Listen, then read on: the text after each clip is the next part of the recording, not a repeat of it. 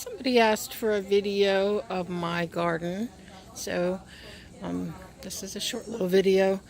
We've got our hot tub, and next to it my husband had built an arch type thing, and I planted jasmine on it. It's a privacy thing. And then going down the little ramp, okay, because the boat pad is behind me where we keep all of my husband's toys.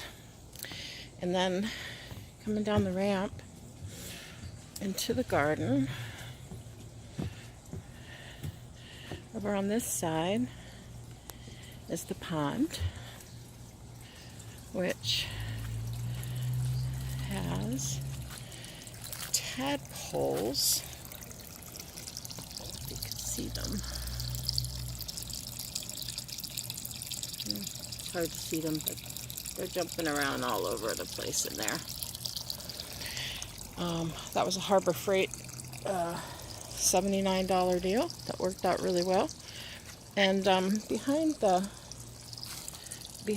pond are my dwarf hummingbird bushes. I planted one there, and I planted one there, and I planted Esperanza in the middle. And these were actually frozen to the ground this past winter. And they're taller than me at this point, and I'm 5'5". My hummingbird feeder and my little lighthouse that actually strobes at night, which is very cool. Then of course I have more feeders out than I need, but my thing is I want them to find them. So they can fight over them, but I want them to find them. I also planted Cape honeysuckle, which is the not blooming plant back there. It will bloom in the winter when the dwarf hummingbird bush is not in bloom. Okay, then we have plumbago. The butterflies love it. Salvia next door, which they also love. Over here, heliconia. The hummingbirds love the heliconia, and they actually can reach down in there and pollinate that plant, which most other creatures cannot do that. I have crepe myrtle because it's very pretty when it's really blooming. I have a bottle brush tree that has yet to grow up, but when it does, it'll be really beautiful. Oh, I forgot. I also have another hummingbird bush, the regular fire bush, not the dwarf version there, that I just recently moved that from the back of the yard, so that's doing well. And mandevillas. I have a few mandevillas growing here and there. There's another one growing up the trellis. Then back this way, I have two more dwarf hummingbird bushes that'll get really nice and big. Plumeria. Lady across the street brought me some sticks, told me to stick them in the ground and they would grow, and that's what I did, and that's what they did. They don't have flowers right now, but they have beautiful colors. That's powder puff, which you can see the bees are loving that, and the hummingbirds do too. That's the red powder puff. And on this side I have a pink powder puff. It doesn't have blooms on it. Another palm tree that'll get as big as that one on the other side when it grows up. Then my kitchen area, my grill is back behind the plants there.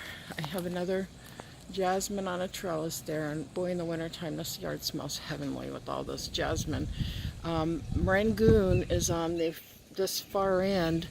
That is a beautiful flower that opens up white in the morning, and by evening time the blooms have changed from white to burgundy-ish. There's some of the white ones that haven't opened yet, and then haven't changed, and up there are some of the burgundy ones that have turned colors. And then behind that is another Cape honeysuckle because I like to keep the hummers really happy year-round. And then over there I have a hibiscus that has gall midge, which means that the buds keep dropping off before they bloom. So I'm working on a cure for that. And that's my bird of paradise, which has been giving me lovely blooms so far this year. And next to it is another plumeria. This area back here, my Mexican petunias, which the hummingbirds love as well. And another palm tree, a couple of palm trees. And then I planted more plumeria. Those are newly planted, so they look really sad, but once they take root and start thriving, they'll be beautiful. And then we have a pad for our kayaks. That's where my husband built the rack for the kayaks. And so that's my my garden yard. And I've been doing this for, well, I started probably 7 years ago with just feeders on those 2 hummingbird bushes behind the pond, just to decorate the base of my feeders. And then my husband was getting upset at all the things planted in the middle of the yard because he didn't want to mow around it. And I said, well, what if I make it so you don't ever have to mow the backyard again?